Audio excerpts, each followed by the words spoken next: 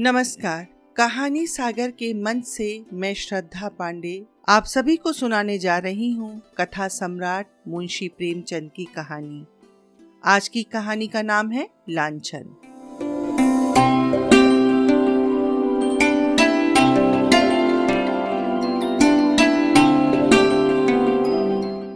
प्रस्तुत है लांछन कहानी का दूसरा व अंतिम भाग, लेकिन पहले कहानी के पूर्व भाग से।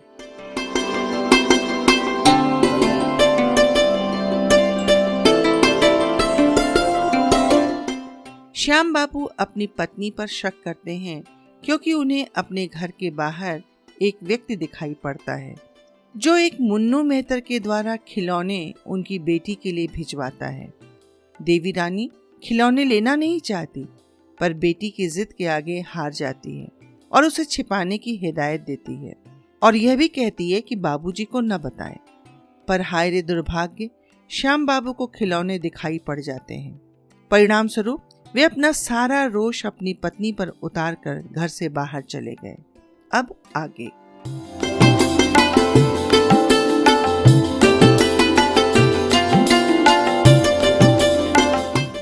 श्याम किशोर बाहर चले गए तो शारदा भी अपने खिलौने लिए हुए घर से बाहर निकली। बाबूजी खिलौनों को देखकर कुछ नहीं बोले तो अब उसे किसकी चिंता और किसका भय? अब वह क्यों न अपनी सहेलियों को खिलौने दिखाए। सड़क के उस पार एक हलवाई का मकान था। हलवाई की लड़की अपने द्वार पर खड़ी थी। शारदा उसे खिलौने दिखाने चली। बीच में सड़क थी। सवारी गाड़ियों और मोटरों का तांता बंधा हुआ था। शारदा को अपनी धुन में किसी बात का ध्यान न रहा।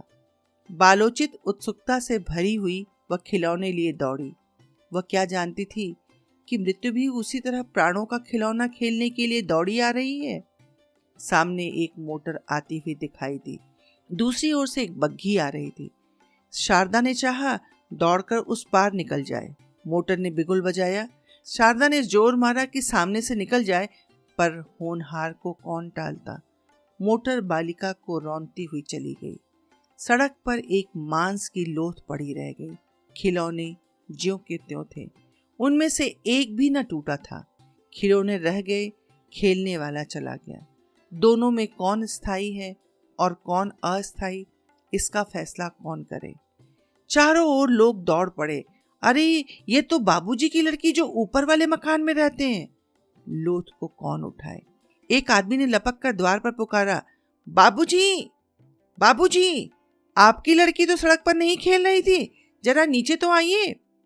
देवी ने छज्जे पर खड़े होकर सड़क की ओर देखा तो शारदा की लोथ पड़ी हुई थी। चीख मारकर बेतहाशा नीचे दौड़ी और सड़क पर आकर बालिका को गोद में उठा लिया। उसके पैर कांपने लगे। इस वज्रपात ने उसे स्तंभित कर दिया। रोना भी न आया। मोहल्ले के कई आदमी पूछने लगे, बाबूजी कहाँ गए, उनको कैसे बुलाया जाए। देवी क्या जवाब देती। वह तो संज्ञाहीन हो गई। लड़की की लाश गोद में लिए उसके रक्त से अपने वस्त्रों को भिगोती आकाश की ओर ताक रही थी, मानो देवता से पूछ रही हो, क्या सारी विपत्तियां मुझी पर। अंधेरा होता चला जाता था, पर बाबूजी का पता नहीं था। कुछ मालूम भी नहीं कि वे कहाँ गए। धीरे धीरे 9 बजे, पर अब तक बाबूजी न लौटे।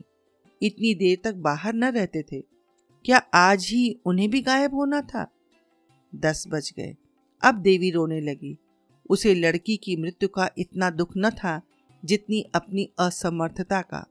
वह कैसे शव की दाह क्रिया करेगी? कौन उसके साथ जाएगा? क्या इतनी रात गए कोई उसके साथ चलने पर तैयार होगा? अगर कोई न गया तो क्या उसे अकेले ही जाना पड़ेगा? क्या रात भर लोथ पड़ी रहेगी? ज्यों ज्यों सन्नाटा होता जाता था, देवी को भय होता था। वह पछता रही थी कि शाम ही को क्यों नहीं इसे लेकर चली गई। 11 बज गए थे। सहसा किसी ने द्वार खोला। देवी उठकर खड़ी हो गई। समझी बाबूजी आ गए। उसका हृदय उमड़ आया और वह रोती हुई बाहर आई। पर आह, ये बाबूजी न थे, ये पुलिस के आदमी थे जो इस मामले की तहकीकात करने आए थे। 5 बजे की घटना थी। तहकीकात होने लगी 11 बजे। आखिर थानेदार भी तो आदमी है, वह भी तो संध्या समय घूमने फिरने जाता ही है। घंटे भर तहकीकात होती रही। देवी ने देखा अब संकोच से काम न चलेगा। थानेदार ने उससे जो पूछा उसका उत्तर उसने निसंकोच भाव से दिया। जरा भी न शर्माई, जरा भी न झिझकी। थानेदार भी दंग रह गया। जब सबके बयान लिखकर दरोगा जी चलने लगे तो देवी ने कहा, आप उस मोटर का पता लाएंगे? दरोगा, अब तो शायद ही उसका पता लगे। देवी, तो उसको कुछ सजा ना होगी? दरोगा, मजबूरी है, किसी को नंबर भी मालूम नहीं। देवी, सरकार इसका कुछ इंतजाम नहीं करती? गरीबों के बच्चे इस तरह कुचले जाते रहेंगे? दरोगा, इसका क्या इंतजाम हो सकता है? मोटरें तो बंद नहीं हो सकती। देवी, कम से कम पुलिस वालों को तो ये देखना चाहिए कि शहर में कोई बहुत तेज न चलाए। मगर आप लोग ऐसा क्यों करने लगे? आपके अफसर भी तो मोटरों पर बैठते हैं। आप उनकी मोटरें रोकेंगे तो नौकरी कैसे रहेगी? थानेदार लज्जित हो गया। जब लोग सड़क पर पहुंचे तो एक सिपाही ने कहा, मेहरिया बड़ी टनाटन दिखात है। थानेदार, अजी, इसने तो मेरा नाटका बंद कर दिया। किस गजब का हुस्न पाया है।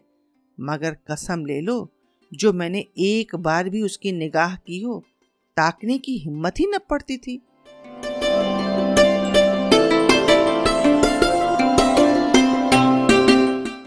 बाबू श्याम किशोर 12 बजे के बाद नशे में चूर घर पहुंचे।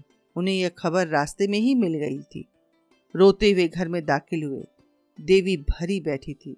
सोच रखा था आज चाहे जो हो जाए पर फटकारूंगी जरूर। पर उनको रोते देखा तो सारा गुस्सा गायब हो गया। खुद भी रोने लगी। दोनों बड़ी देर तक रोते रहे।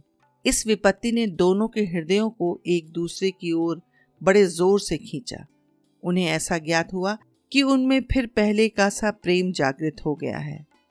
प्रातःकाल जब लोग दाह क्रिया करके घर लौटे तो श्याम किशोर ने देवी की ओर स्नेह से देखकर करुण स्वर में कहा, तुम्हारा जी अकेले कैसे लगेगा?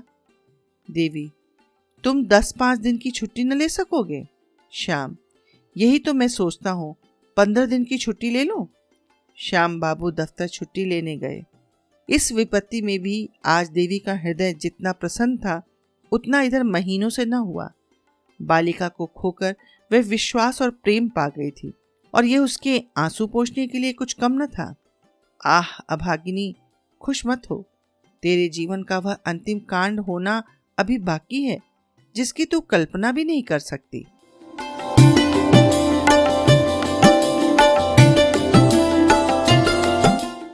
दूसरे दिन श्याम बाबू घर पर ही थे कि मुन्नू आकर सलाम किया। श्याम किशोर ने बड़ी कड़ी आवाज में पूछा, क्या है जी, तुम क्यों बार बार यहाँ आया करते हो? मुन्नू बड़े दीन भाव से बोला, मालिक, कल की बात जो सुनता है उसी को रंज होता है। मैं तो हुजूर का गुलाम ठहरा, अब नौकर नहीं हूं तो क्या, सरकार का नमक तो खा चुका हूं। भला वह कभी हड्डियों से निकल सकता है? कभी कभी हाल हवाल पूछने आ जाता हूं।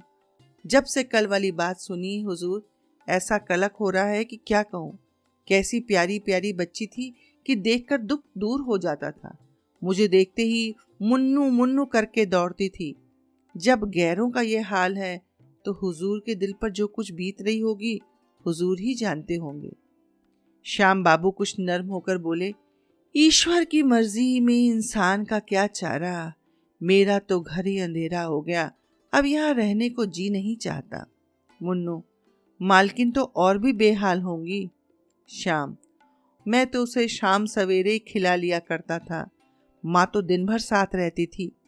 मैं तो काम धंधों में भूल भी जाऊंगा, वह कहाँ भूल सकती है। उनको तो सारी जिंदगी का रोना है। पति को मुन्नू से बातें करते सुनकर देवी ने कोठे पर से आंगन की ओर देखा। मुन्नू को देखकर उसकी आंखों में बेअख्तियार आंसू भर आए। बोली, मुन्नू, मैं तो लुट गई। मुन्नू, हुजूर, अब सब्र कीजिए, रोने धोने से क्या फायदा। यही सब अंधेर देखकर तो कभी कभी अल्लाह मियाँ को जालिम कहना पड़ता है। जो बेईमान है, दूसरों का गला काटते फिरते हैं, उनसे अल्लाह मियाँ भी डरते हैं। जो सीधे और सच्चे हैं उन्हीं पर आफत आती है। मुन्नू देवी को दिलासा देता रहा। श्याम बाबू भी उसकी बातों का समर्थन करते जाते थे। जब वो चला गया तो बाबू साहब ने कहा, आदमी तो कुछ बुरा मालूम नहीं होता। देवी ने कहा, मोहब्बती आदमी है, रंग न होता तो यहाँ क्यों आता।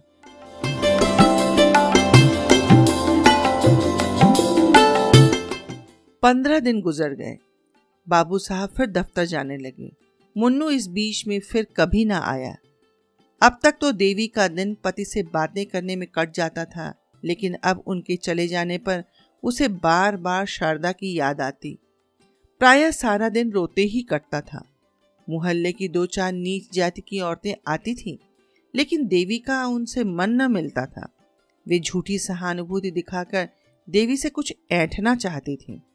एक दिन कोई 4 बजे मुन्नू फिर आया और आंगन में खड़ा होकर बोला, मालकिन, मैं हूं मुन्नू, जरा नीचे आ जाइएगा। देवी ने ऊपर से ही पूछा, क्या काम है, कहो तो। मुन्नू, जरा आइए तो। देवी नीचे आई तो मुन्नू ने कहा, रजा मियाँ बाहर खड़े हैं और हुजूर से मातम पुरसी करते हैं।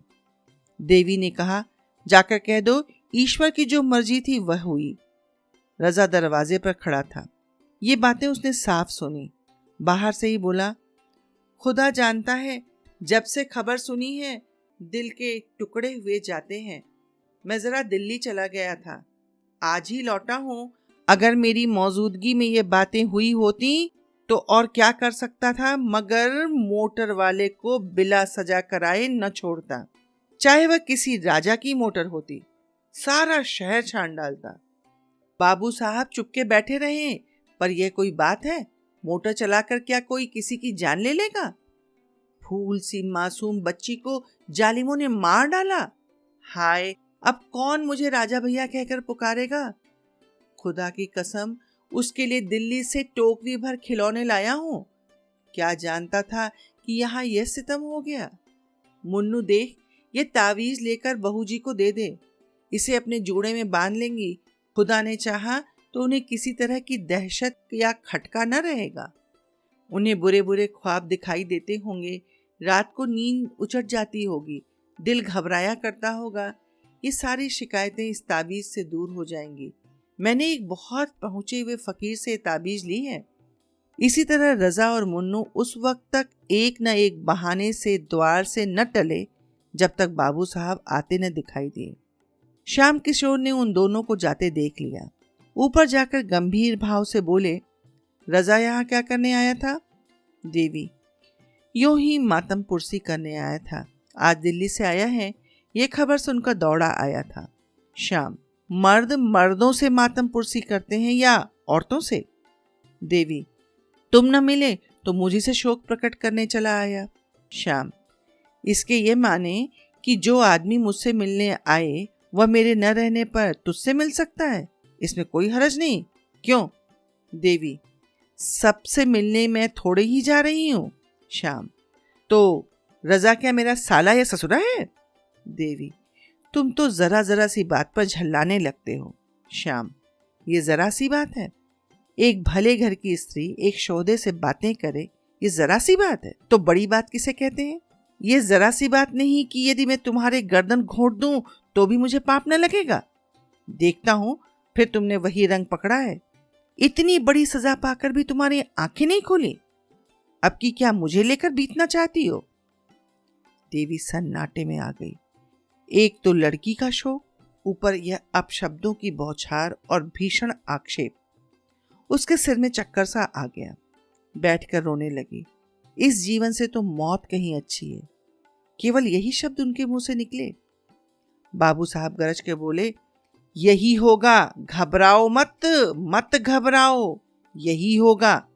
तुम मरना चाहती हो तो मुझे भी तुम्हारे अमर होने की आकांक्षा नहीं है। जितनी जल्द तुम्हारे जीवन का अंत हो जाए उतना ही अच्छा है। कुल में कलंक तो न लगेगा। देवी ने सिसकियां लेते हुए कहा, क्यों एक अबला पर इतना अन्याय करते हो? तुम्हें जरा भी दया ना आती? श्याम, मैं कहता हूं चुप, चुप रह। देवी, क्यों चुप रहूं? क्या किसी की जबान बंद कर दोगे? श्याम, फिर बोले जाती है, मैं उठकर सिर तोड़ दूंगा। देवी, क्या सिर तोड़ दोगे कोई जबरदस्ती है? श्याम, अच्छा तो बुला, देखे तेरा कौन हिमायती है। ये कहते हुए बाबू साहब झल्ला कर उठे और देवी को कई थप्पड़ और घूंसे लगा दिए, मगर वह न रोई न चिल्लाई, न जबान से एक शब्द निकला। केवल अर्थ शून्य नेत्रों से पति की ओर ताकती रही, मानो यह निश्चय करना चाहती थी कि यह आदमी है या कुछ और। जब श्याम किशोर मारपीट कर अलग खड़े हो गए तो देवी ने कहा, दिल के अरमान अभी न निकले हो तो और निकाल लो, फिर शायद यह अवसर न मिले। श्याम किशोर ने भी जवाब दिया, सिर काट लूंगा सिर, तू है किस फेर में। ये कहते हुए नीचे चले गए, झटके के साथ किवाड़ खोले, धमाके के साथ बंद किए और वहीं चले गए। अब देवी की आंखों से आंसू की नदी बहने लगी। रात के 10 बज गए पर श्याम किशोर घर न लौटे। रोते रोते देवी की आंखें सूज आईं। क्रोध में मधुर स्मृतियों का लोप हो जाता है। देवी को ऐसा ज्ञात होता है कि श्याम किशोर को उसके साथ कभी प्रेम ही ना था। हाँ, कुछ दिनों वे उसका मुंह अवश्य जोहते थे, लेकिन यह बनावटी प्रेम था। उसके यौवन का आनंद लूटने के लिए ही उससे मीठी मीठी प्यार की बातें की जाती थी। उसे छाती से लगाया जाता था, उसे कलेजे पर सुलाया जाता था, पर वह सब स्वांग था।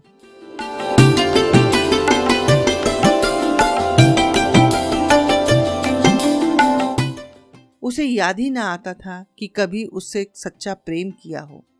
अब वह रूप नहीं रहा, वह यौवन नहीं रहा, वह नवीनता नहीं रही, फिर उसके साथ क्यों न अत्याचार किया जाए। उसने सोचा, कुछ नहीं, अब इनका दिल मुझसे फिर गया है, नहीं तो क्या जरा जरा सी बात पर यूं मुझ पर टूट पड़ते। कोई ना कोई लांछन लगाकर मुझसे गला छुड़ाना चाहते हैं। यही बात है तो मैं क्यों इनकी रोटियां और इनकी मार खाने के लिए इस घर में पड़ी रहूं। जब प्रेम ही नहीं रहा तो मेरे यहाँ रहने को धिक्कार है। मैके में कुछ न सही, यह दुर्गत तो न होगी। इनकी यह इच्छा है तो यही सही, मैं भी समझ लूंगी कि विधवा हो गई। ज्यों ज्यों रात गुजरती थी, देवी के प्राण सूखे जाते थे। उसे यह धड़का समाप्त न हुआ कि कहीं वह आकर फिर से न मारपीट शुरू कर दे। इतने क्रोध में भरे हुए यहाँ से गए। वाह हरी तकदीर, अब मैं इतनी नीच हो गई कि मेहतरों से, जूते वालों से आशनाई करने लगूं। इस भले आदमी को ऐसी बातें मुंह से निकालते शर्म भी नहीं आती। न जाने इनके मन में ऐसी बातें कैसे आती हैं। कुछ नहीं, ये स्वभाव के नीच, दिल के मैले स्वार्थी आदमी हैं। नीचों के साथ नीच ही बनना चाहिए। मेरी भूल थी कि इतने दिनों से इनकी घुड़कियां सहती रही। जहां इज्जत नहीं, मर्यादा नहीं, प्रेम नहीं, विश्वास नहीं, वहां रहना बेहयाई है। मैं इनके हाथ बिक तो नहीं गई, ये जो चाहे करें, मारे या काटे, पड़ी सहा करूं। सीता जैसी पत्नियां होती थी तो राम जैसे पति भी होते थे। देवी को ऐसी शंका होने लगी कि कहीं श्याम किशोर आते ही सचमुच उसका गला न दबा दे या छुरी भोंक दे। वह समाचार पत्रों में ऐसी कई हरजाइयों की खबरें पढ़ चुकी थी। शहरों में ऐसी कई घटनाएं हो चुकी थी। मारे भय के थरथरा उठी। यहाँ रहने में प्राणों के कुशल नहीं। देवी ने कपड़ों की एक छोटी सी बकुची बांधी और सोचने लगी, यहाँ से कैसे निकलूं, और फिर यहाँ से निकलकर जाऊं तो कहाँ। कहीं इस वक्त मुन्नू का पता लग जाता तो बड़ा काम निकलता। वह क्या मुझे मैके तक न पहुंचा देता। एक बार मैके भर पहुंच जाती, फिर तो लाला सिर पटक कर रह जाएं, भूल कर भी ना आऊं। यह भी क्या याद करेंगे। रुपए क्यों छोड़ दूं जिससे ये मजे से गुलछर्रे उड़ाएं। मैंने ही तो काट छांट कर जमा किए थे। इनकी कौन सी ऐसी बड़ी कमाई थी। खर्च करना चाहती तो कौड़ी न बचती, पैसा पैसा बचाती रहती थी। देवी ने जाकर नीचे के किवाड़ बंद कर दिए। फिर संदूक खोलकर अपने सारे जेवर और रुपए निकालकर बकुशी में बांध लिए। सब के सब करेंसी नोट थे। विशेष बोझ भी न हुआ। एकाएक किसी ने सदर दरवाजे में जोर से धक्का मारा। देवी सहम गई। ऊपर से झांक कर देखा, श्याम बाबू थे। उसकी हिम्मत न पड़ी कि जाकर द्वार खोल दे। फिर तो बाबू साहब ने इतनी जोर से धक्के मारने शुरू किए मानो किवाड़ ही तोड़ डालेंगे। इस तरह द्वार खुलवाना ही उनके चित्त की दशा को साफ प्रकट कर रहा था। देवी शेर के मुंह में जाने का साहस न कर सकी। आखिर श्याम किशोर ने चिल्लाकर कहा, ओ मैडम, किवाड़ खोल, ओ ब्लडी किवाड़ खोल, अभी खोल। देवी की रही सही हिम्मत जाती रही। श्याम किशोर नशे में चूर थे, होश में शायद दया आ जाती, इसलिए शराब पी कर आए हैं। किवाड़ तो न खोलूंगी, चाहे तोड़ ही डालो। अब तुम मुझे इस घर में पाओगे ही नहीं तो मारोगे कहां से? तुम्हें खूब पहचान गई। श्याम किशोर 15-20 मिनट तक शोर मचाने और किवाड़ हिलाने के बाद ऊल फजूल बकते चले गए। 2-4 पड़ोसियों ने फटकारें भी सुनाई। आप भी तो पढ़े लिखे आदमी होकर आधी रात को घर चलते हैं, नींद ही तो है, नहीं खुलती तो क्या कीजिएगा? जाइए किसी यार दोस्त के घर लेटे रहिए, सवेरे आइएगा। श्याम किशोर के जाते ही देवी ने बकुची उठाई और धीरे धीरे नीचे उतरी। ज्यादा देर उसने कान लगाकर आहट ली कि कहीं श्याम किशोर खड़े तो नहीं है। जब विश्वास हो गया कि वे चले गए तो धीरे से द्वार खोला और बाहर निकल आई। उसे जरा भी शोभ, जरा भी दुख न था, बस केवल एक इच्छा थी कि यहां से बचकर भाग जाऊं। कोई ऐसा आदमी न था जिस पर वह भरोसा कर सके, जो इस संकट में काम आ सके। था तो बस केवल मुन्नू मेहतर। अब उसी के मिलने पर उसकी सारी आशाएं अवलंबित थीं। उसी से मिलकर वह निश्चय करेगी कि कहाँ जाए, कैसे रहे। मैके जाने का अब उसका इरादा न था। उसे भय था कि मैके में श्याम किशोर से वह अपनी जान न बचा सकेगी। उसे यहाँ ना पाकर वे अवश्य उसके मैके जाएंगे और उसे जबरदस्ती खींच लाएंगे। वह सारी यातनाएं, सारे अपमान सहने को तैयार थी, केवल श्याम किशोर की सूरत नहीं देखना चाहती थी। प्रेम अपमानित होकर द्वेष में बदल जाता है। थोड़ी दूर पर चौराहा था, कई तांगे वाले खड़े थे। देवी ने एक इक्का किया और उससे स्टेशन चलने को कहा।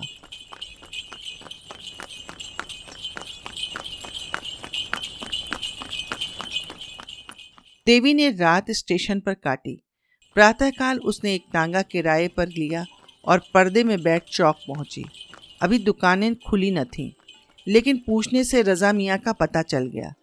उसकी दुकान पर एक लौंडा झाड़ दे रहा था। देवी ने उसे बुलाकर कहा, जाकर रजा मियाँ से कह दे कि शारदा की अम्मा तुमसे मिलने आई हैं, अभी चलिए। 10 मिनट में रजा और मुन्नू आ गए। देवी ने सजल नेत्र होकर कहा, तुम लोगों के पीछे मुझे घर छोड़ना पड़ा। कल रात को तुम्हारा मेरे घर जाना गजब हो गया। जो कुछ हुआ वह फिर कहूंगी। मुझे कहीं एक घर दिला दो, घर ऐसा कि बाबू साहब को मेरा पता न मिले, नहीं तो वह मुझे जीती न छोड़ेंगे। रजा ने मुन्नू की ओर देखा, मानो कह रहा हो, देखो कैसी चाल ठीक बैठी है।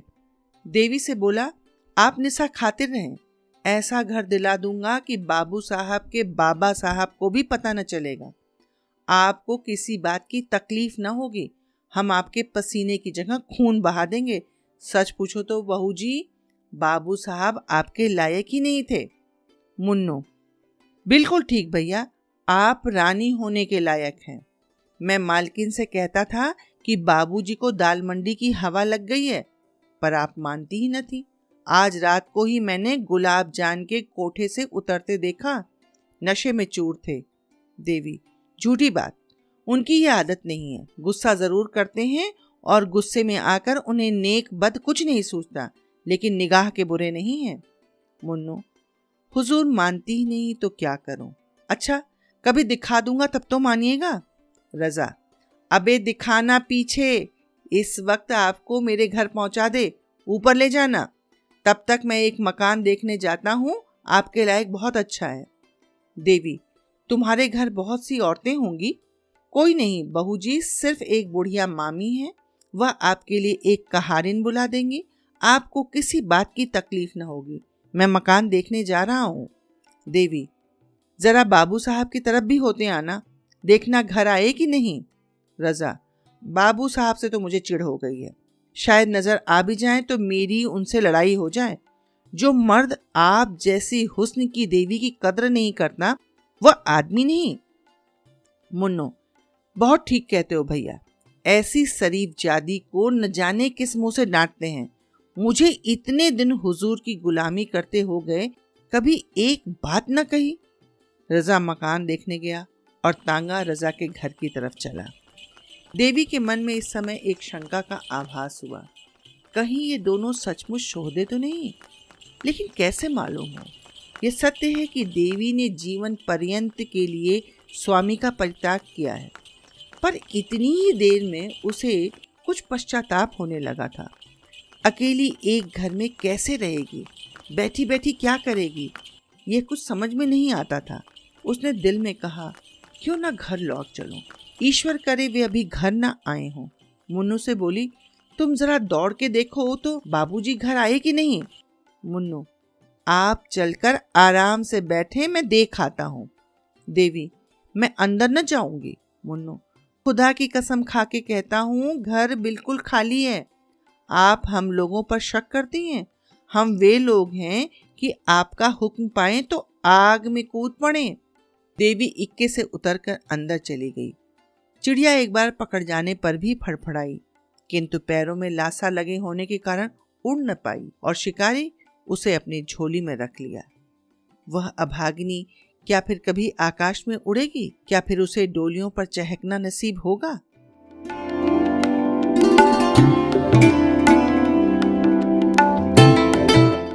श्याम किशोर सवेरे घर लौटे तो उनका चित्त शांत हो गया था। उन्हें शंका हो रही थी कि कदाचित देवी घर न होगी।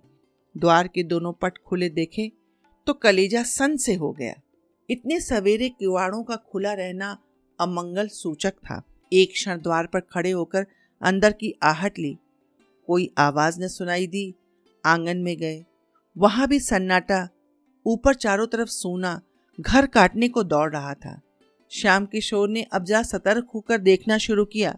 संदूक से रुपए नदारद, गहने का संदूक भी खाली। अब क्या भ्रम हो सकता था? कोई गंगा स्नान के लिए जाता तो घर के रुपए उठाकर नहीं ले जाता। वह चली गई। अब इसमें लेश मात्र भी संदेह नहीं था। यह भी मालूम था कि वह कहाँ गई है। शायद इस वक्त लपक कर जाने से वह वापस भी लाई जा सकती है, लेकिन दुनिया क्या कहेगी? श्याम किशोर ने अब चारपाई पर बैठकर ठंडे दिल से इस घटना की विवेचना करनी शुरू की। इसमें तो संदेह न था कि रजा और उसके पिट्ठू मुन्नू ने ही बहकाया है। आखिर बाबूजी का कर्तव्य क्या था? उन्होंने वह पुराना मकान छोड़ दिया, देवी को बार बार समझाया। इसके उपरांत वो क्या कर सकते थे? क्या मारना अनुचित था? अगर एक क्षण के लिए अनुचित ही मान लिया जाए तो क्या देवी को इसी तरह घर से निकल जाना चाहिए? कोई दूसरी स्त्री जिसके हृदय में पहले से ही विष न भरा गया हो, केवल मार खाकर घर से निकल जाती? अवश्य ही देवी का हृदय कलुषित हो गया है। बाबू साहब ने फिर सोचा, अभी जरा देर में मेहरी आएगी। वह देवी को घर में न देखकर पूछेगी तो क्या जवाब दूंगा? दम के दम में सारे मोहल्ले में खबर फैल जाएगी। हाय भगवान, क्या करूं? श्याम किशोर के मन में इस वक्त जरा भी पश्चाताप, जरा भी दया न थी। अगर देवी किसी तरह उन्हें मिल सकती तो वह उसकी हत्या कर डालने में जरा भी पशोपेश न करते। उसका घर से निकल जाना, चाहे आवेश के सिवा उसका और कोई कारण न हो, उनकी निगाह में अक्षम्य था। क्रोध बहुधा विरक्ति का रूप धारण कर लिया करता है। श्याम किशोर को संसार से घृणा हो गई। जब अपनी पत्नी ही दगा दे जाए तो किसी से क्या आशा की जाए? जिस स्त्री के लिए हम जीते भी और मरते भी हैं, जिसको सुखी रखने के लिए हम अपने प्राणों का बलिदान कर देते हैं, जब वह अपनी न हुई तो फिर दूसरा कौन अपना हो सकता है? इसी स्त्री को प्रसन्न रखने के लिए उन्होंने क्या नहीं किया? घर वालों से लड़ाई की, भाइयों से नाता तोड़ा, यहाँ तक कि वे अब उसकी सूरत भी नहीं देखना चाहते। उसकी कोई ऐसी इच्छा न थी जो उन्होंने पूरी न की हो। उसका जरा सा सिर भी दुखता तो उनके हाथों के तोते उड़ जाते थे। रात की रात उसकी सेवा शुश्रूषा में बैठे रह जाते। वही स्त्री आज उनसे दगा कर गई। केवल एक गुंडे के बहकावे में आकर उनके मुंह में कालिख लगा गई। गुंडों पर इल्जाम लगाना तो एक प्रकार से मन को समझाना है।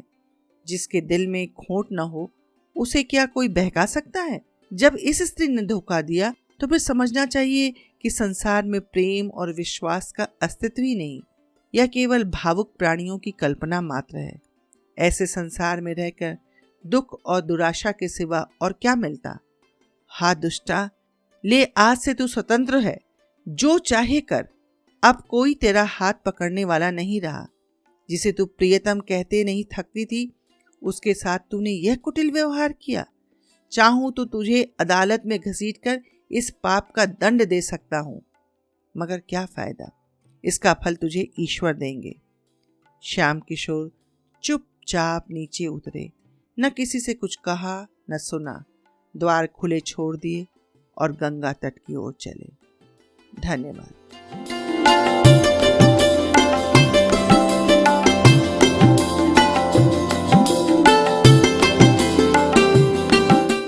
आप सभी को ये कहानी कैसी लगी ये ज़रूर बताइएगा, और यदि अच्छी लगी तो अपने मित्रों के साथ साझा भी कीजिए और सब्सक्राइब करके बेल आइकन दबा दीजिए, ताकि मैं जब अपनी अगली कहानी अपलोड करूं तो आपको नोटिफिकेशन मिल जाए। शीघ्र ही फिर मिलूंगी एक नई कहानी के साथ। तब तक राम राम।